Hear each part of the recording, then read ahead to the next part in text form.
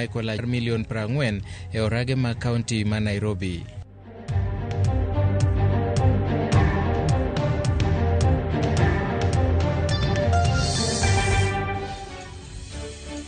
Machiegni piny owacho oyango wuok tich tarik 29 dwe ni kaka odiechieng' mar yiero ne gwenge mabiro bedo kod yiero.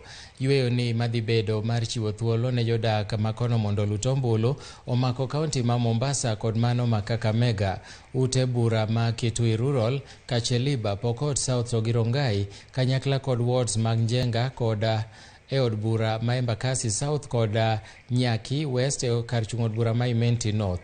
Ikwayo mondo joma ondikore kaka jogo ombulu e gwengegi mondo we thuolo mondo dhi olut ombuchgi.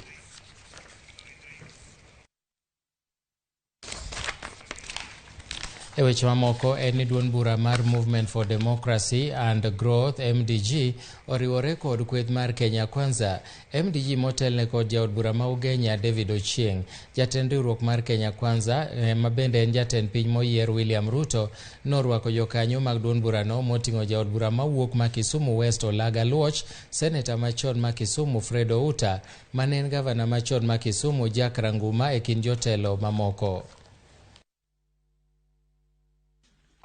On behalf of the Kenya Kwanza fraternity, I wish to welcome my good brother David Ochieng and the Movement for Democracy and Growth Party joining the Kenya Kwanza this morning.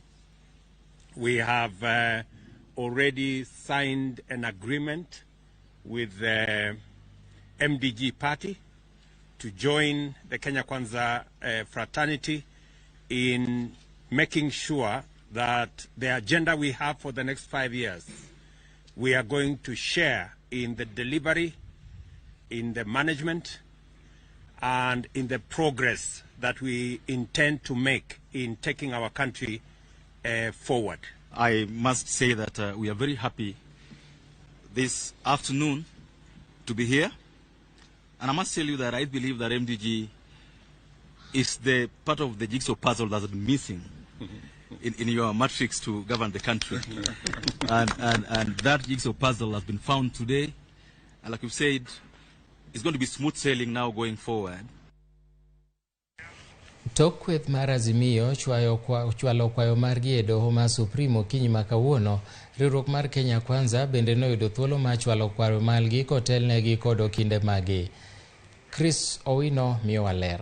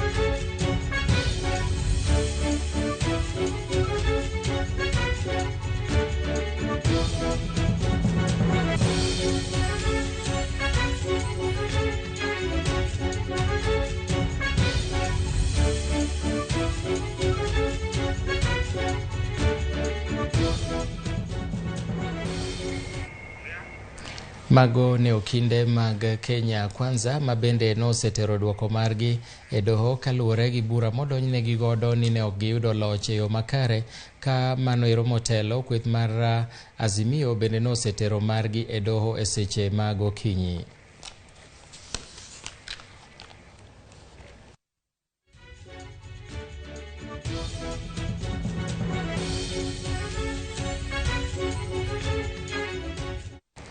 Mana kaka iwinjo noero, mago kweth mar Kenya Kwanza mabende osechwalo duoko margi e doho. Iwacho ni en bura mabende biro chakore pre-trial conference, geche ni thuolo mibiro miyogi mar winjruok kaka ibiro taa bura biro chakore chieng' wuok tich, ka okinde duto idwa ni thuolo no yud ka osechwalo duoko mora mora magin godo, eka mondo kinde ochak yware e doho mondo ng'e ni to bura ochomo kama nade. Mano ero en bura mabende biro dhi nyime. Par ni en bura mano mar yalo wach mar kwedo duoko mar yiero mar jatend piny Kenya, kama nolandi jatend duond bura mar Kenya Kwanza William Ruto kata jatend duond bura mar UDA William Ruto kaka jatend piny Kenya.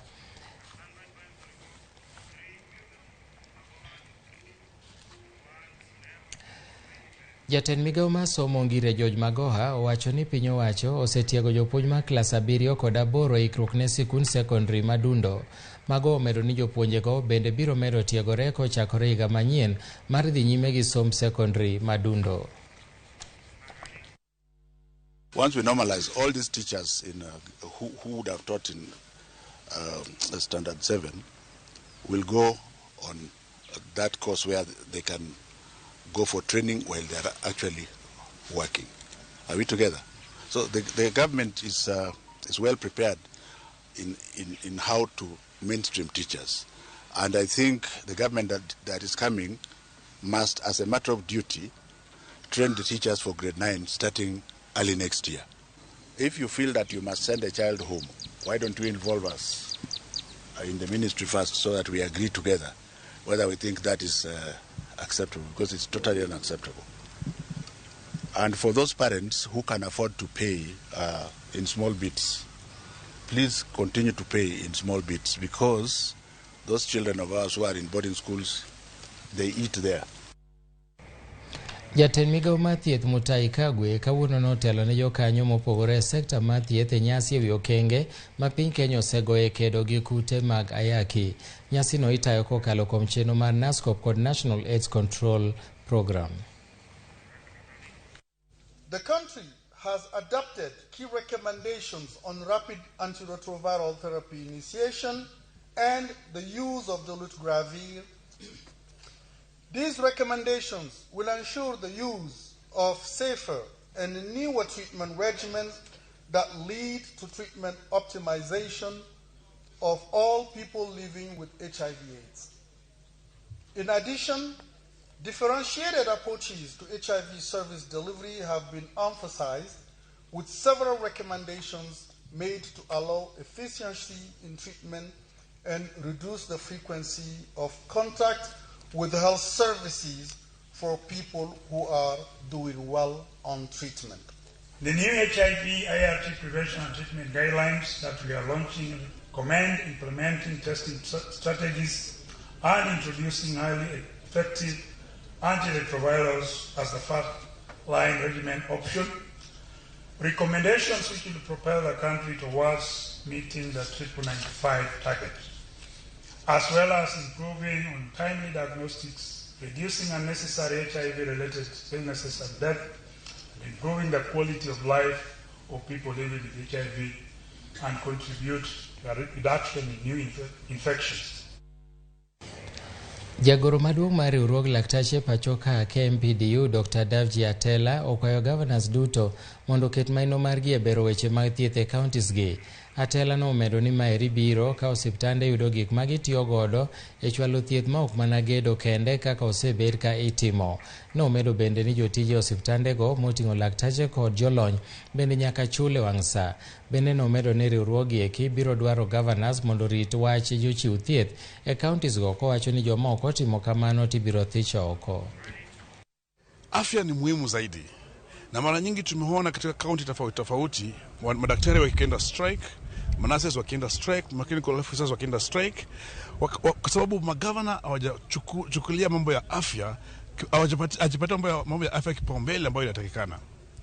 Kwa wakati huu tunataka kuwasihi magavana wawekeleze pesa za afya ili wananchi waweze kupata afya. Waandikishe madaktari katika terms ambazo zinatakikana. Na pia wapatie madaktari na other healthcare workers mshahara wakati upasavyo. Wananchi wamekuwa na imani na nyinyi na kuwapatia kura. Usitumie hiyo kura, usitumie hiyo kiti ambayo umepewa vibaya, bali utumie kupatia wananchi service ambayo inatakikana. Sisi kama chama cha madaktari tumeamua tutafanya kazi na magavana, tutafanya kazi na serikali, na tuhakikishe kuwa afya ambayo imepatwa katika ugatuzi kwa counties inafanyika vizuri. Board mochung'ne aguch omenda mag dongruok e kachung'ol bura National Constituency Development Fund okwedo weche maliekore noruch oko tije kokalo e ng'eto mar doho. Board noero wacho ni doho ma Supreme nong'ado bura ni National Constituency Development Fund Act mar higa 2013 ema en ataro mar chik, to gin gisebedo ka gitiyo e bwo chik mar higa 2015. Luoro osebedo wi chal mar CDF to ka jong'ad buche 5 wacho ni chik mar higa 2013 en ataro mar pen chike ma pachoka, ka gimedo ni odhi ataro mar pok mar telo. Kata kamano, jata tije maduong' mar NCDF Yusuf Mbuna owacho ni bad sirikal no tiyo kendo omenda mar hik omenda omed kowuok e bilion 41.7 nyaka 44.8. Apisa mar NCC wacho ni mano en gima nyaka gidhigo mbele. The matter in Supreme Court was about that act of 2013 which was annulled by the High Court, but the litigation has been continuing in 2017 through the Court of Appeal and finally turned up in Supreme Court. Now the Supreme Court is the highest court in the land, has pronounced itself. So that means that that act of 2013 is dead. But the report that the fund is dead is inaccurate, because the fund has been operating from the year 2016, has been operating under the National Government Constituencies Development Fund Act of 2015.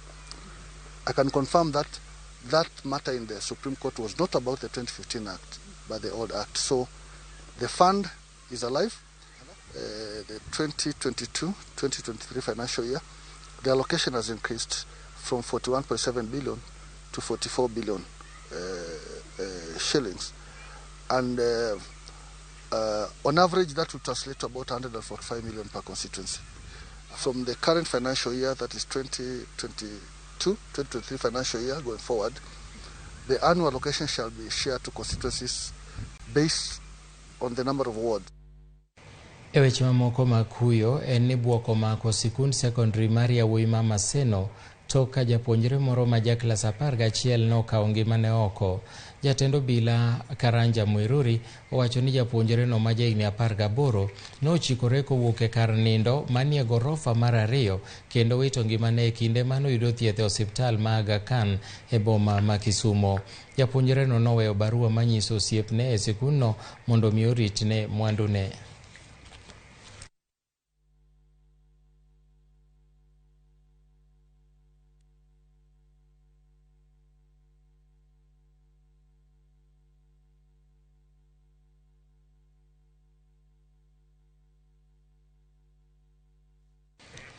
To kapod wanie weche motudore gi masira, en ni dichuo moro ma jahigni 33 owang'e rang'iny mar ringre ok nyal yangi bang' ot manoyudo ninde mako mach e kar dak ma MAP Clinic e kaunti ma Busia.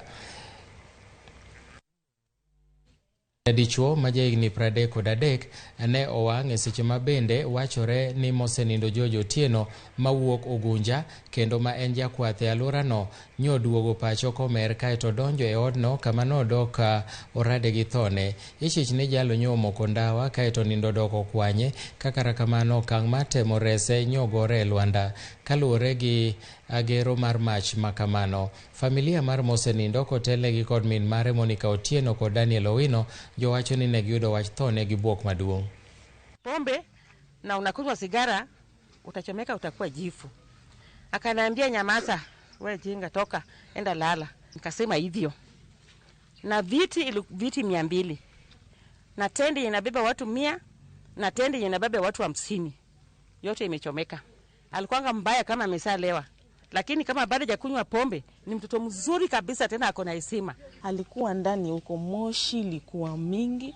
Sasa you can just hear the voice of the person analia ndani, but huwezi ukaona mtu.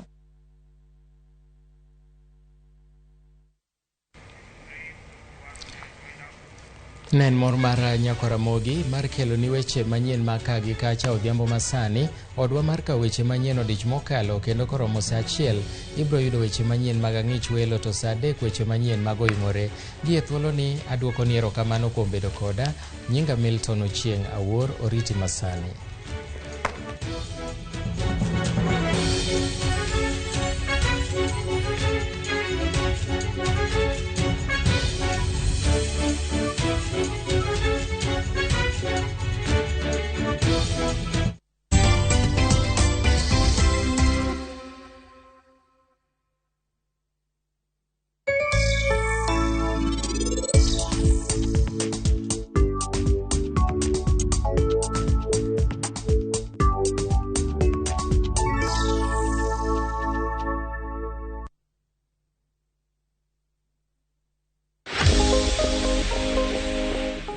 Mondo mi iber kod pien del maber, kaw okang' mar koso bedo kod paro madang'ni kata stress.